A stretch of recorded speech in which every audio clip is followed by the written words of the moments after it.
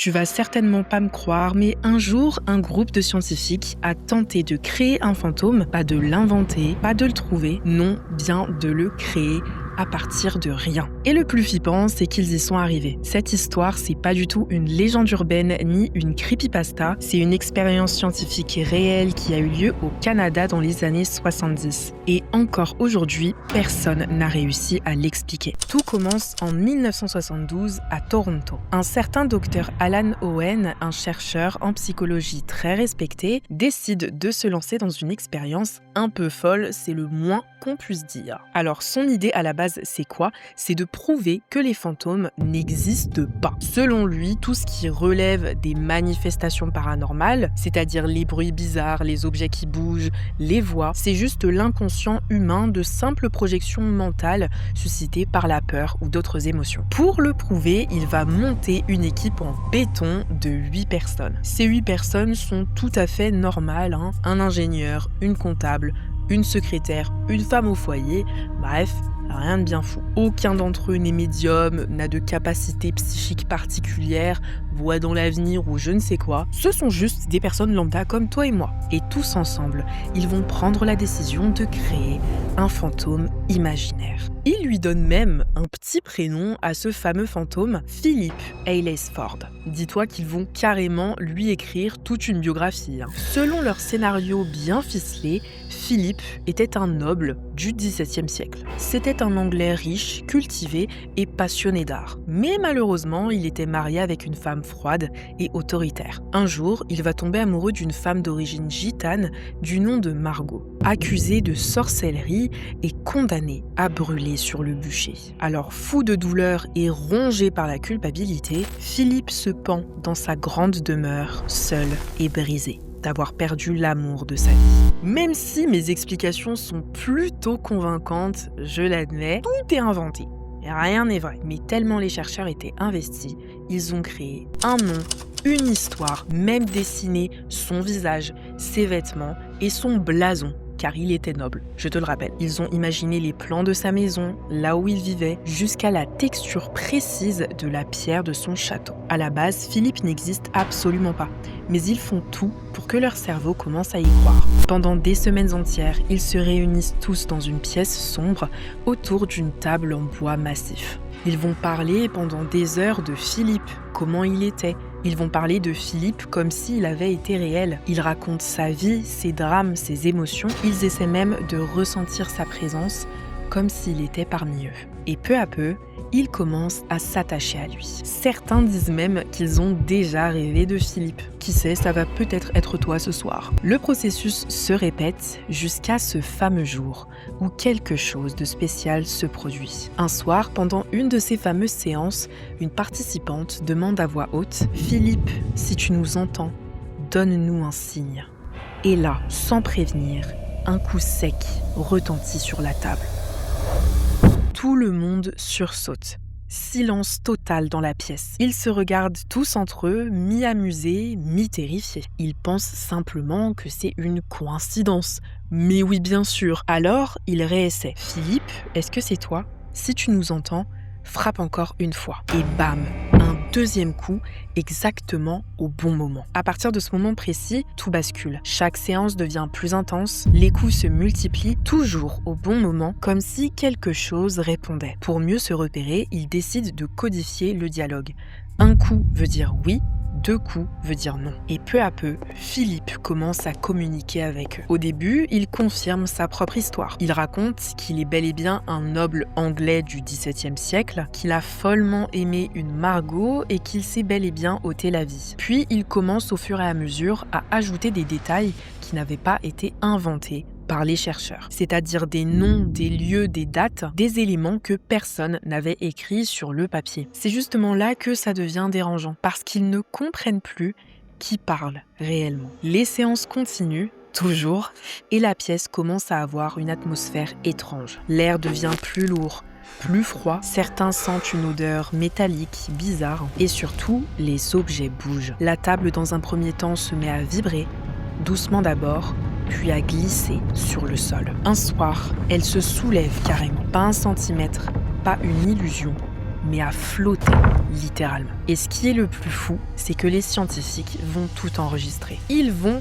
tout filmer. Et sur la bande, effectivement, on voit bel et bien la table qui commence à vibrer, alors que toutes les mains des chercheurs, des personnes autour de la table, sont posées à plat, sachant qu'il n'y avait pas de fil qui retenait la table par le plafond ou je ne sais quoi, ou encore de trucage à l'époque.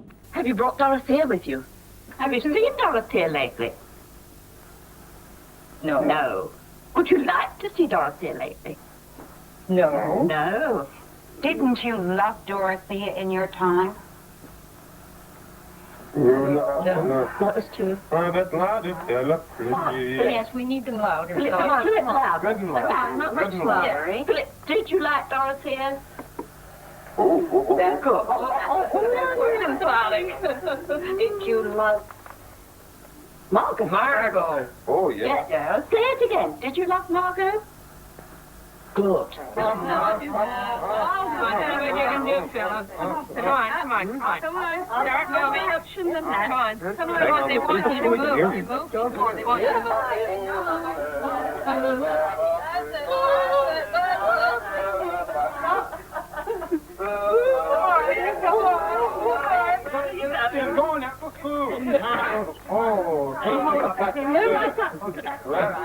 Come on, tell me where you want to go. Come on. Come on.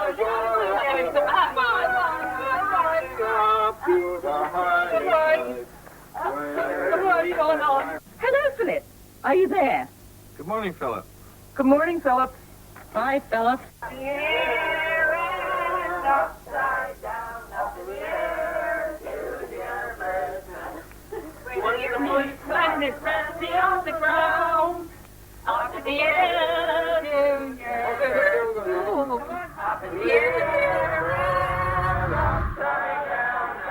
Le docteur Owen, qui est l'instigateur de toute cette expérience farfelue, commence naturellement à paniquer.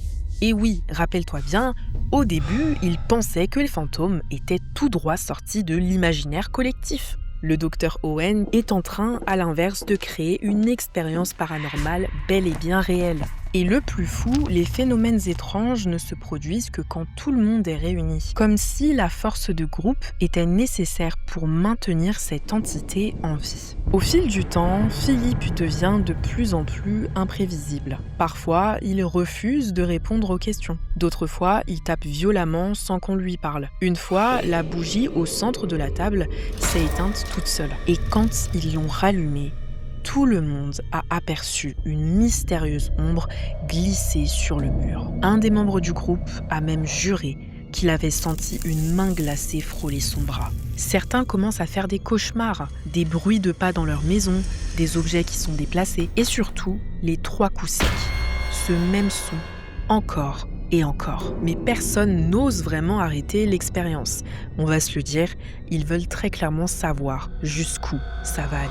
Un soir, alors que tout le monde est réuni, ils décident de pousser Philippe dans ses retranchements. Ils lui demandent de pousser la table complètement. La pièce est silencieuse. Tous posent leurs mains à plat. Et lentement, très lentement, la table bouge de quelques centimètres. Puis elle bondit d'un coup, comme si une force surnaturelle l'avait poussée dessous. Tout le monde hurle dans la pièce, dis-toi que certaines personnes se sont évanouies. Et sur la bande audio, on entend distinctement une voix étouffée murmurer « I'm here ». Après cet épisode, le groupe arrête tout. L'expérience est finie, rentrez chez vous. Parce que forcément, tout le monde est terrifié, moi y compris. Mais le plus flippant, c'est ce qui survient après. Quelques mois plus tard, une des participantes, du nom d'Iris, commence à entendre de mystérieux bruits chez elle. Des coups dans les murs, toujours 3. Et une nuit, alors qu'elle regarde la télé, sa table du salon commence à bouger, toute seule. Elle prend peur, court d'office dans sa chambre et entend une voix d'homme murmurer à son oreille « Tu m'as oublié ». Le lendemain, elle envoie une lettre au docteur Owen.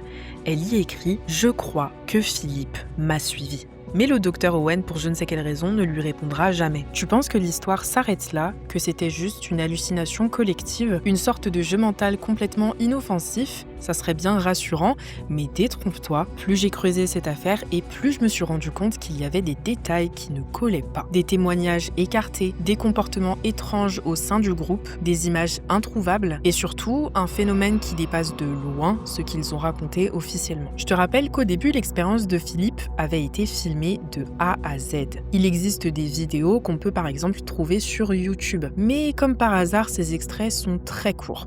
Extrêmement courts et presque toujours les mêmes. Tu te demandes pourquoi? Parce que les bandes originales ont été archivées, puis partiellement détruites pour on ne sait quelle raison. En 1997, un incendie a touché les locaux où étaient conservées les cassettes. La version officielle qu'on a essayé de donner, c'est que l'incendie est dû à un court-circuit. Mais le même soir où s'est produit ce fameux incendie, 2 personnes faisant partie de l'équipe de recherche ont raconté qu'ils ont vécu des phénomènes étranges chez eux. L'un d'eux, Alan Cross, qui est un ingénieur audio, aurait appelé sa propre fille à 2h du matin en répétant encore et encore « Il est là, il ne veut pas partir ». 2 semaines plus tard, Alan décédait dans son sommeil. Arrêt cardiaque à 41 ans, sans aucun antécédent médical. Voici la théorie qu'on nous a toujours vendue. Philippe serait en effet une construction mentale collective. Il n'existe pas vraiment, il ne fait que refléter nos croyances. Mais il y a un détail que Dr. Owen a lui-même reconnu en privé dans une interview qui n'a jamais été divulguée au grand jour. Il y avait des choses que nous n'avions pas imaginées.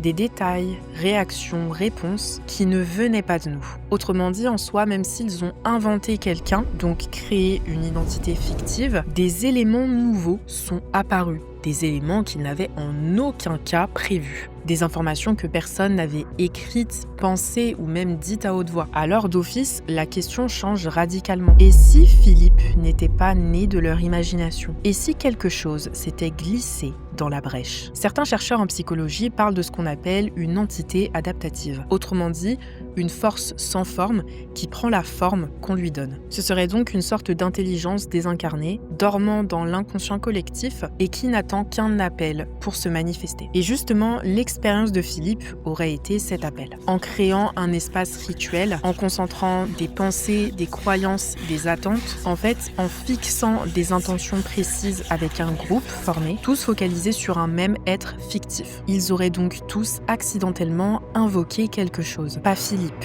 mais quelque chose qui s'est fait passer pour lui. En fait, je me suis rendu compte d'une chose. Cette histoire correspond presque mot pour mot à une ancienne légende datant du XVIIe siècle, transmise dans la région du Yorkshire. Un certain Philip Halford, aristocrate désavoué, serait tombé amoureux d'une femme du peuple, morte brûlée pour sorcellerie. Pris de chagrin, il se serait pendu dans son château, aujourd'hui qui a complètement disparu. Même prénom, même schéma, quasi la même époque, mais comme aucune allusion à ce Philippe n'a été faite dans les documents d'archives de l'expérience, personne n'avait fait le rapprochement. Alors, et si il n'avait pas inventé Philippe? S'il l'avait seulement réveillé? Mais il faut absolument qu'on reparle du docteur Owen, tu te rappelles, celui qui a été l'instigateur de toute cette expérience. Il voulait à la base prouver que les fantômes n'existaient pas, mais au final, c'est plutôt l'inverse qui s'est produit. Eh bien, ce qu'on ne dit pas, c'est que quelques années après la fin de l'expérience, Dr. Owen a complètement disparu. On a perdu sa trace, c'est comme s'il n'avait jamais existé. Certaines personnes pensent qu'il a perdu la raison et qu'il a fini interné. D'autres racontent qu'il a préféré poursuivre ses propres recherches, ses propres expériences à l'étranger, tellement il était devenu obsédé par le fantôme qu'il avait libéré. Depuis, certains disent que Philippe n'a jamais vraiment disparu, qu'il s'est attaché à ceux qui l'ont créé, du moins libéré, ou qu'il attend simplement qu'on pense à lui à nouveau, un peu ce que je suis en train de faire avec ma vidéo. Non. Imagine, et si le fait de regarder cette vidéo, de prononcer son nom, de se concentrer sur son histoire, était déjà une forme d'invocation. Tu veux un vrai conseil? Ne pense pas à Philippe ce soir avant de te coucher. Ne répète pas son nom et essaie encore moins de l'invoquer chez toi le soir, parce que ce qui a été créé en 1972 n'a peut-être jamais été refermé.